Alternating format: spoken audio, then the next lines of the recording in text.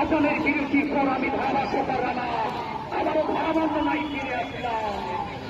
যে ফলাফল কন্টিনিউস প্রথম হাফের খেলা করাচ্ছে, দুটি গোলেই কিন্তু গোলের দেখা পাই।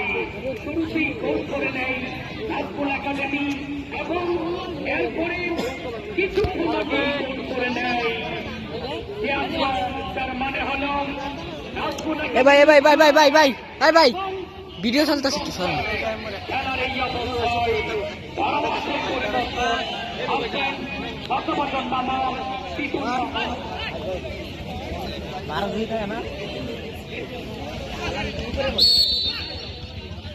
সম্মানিত সুদীপ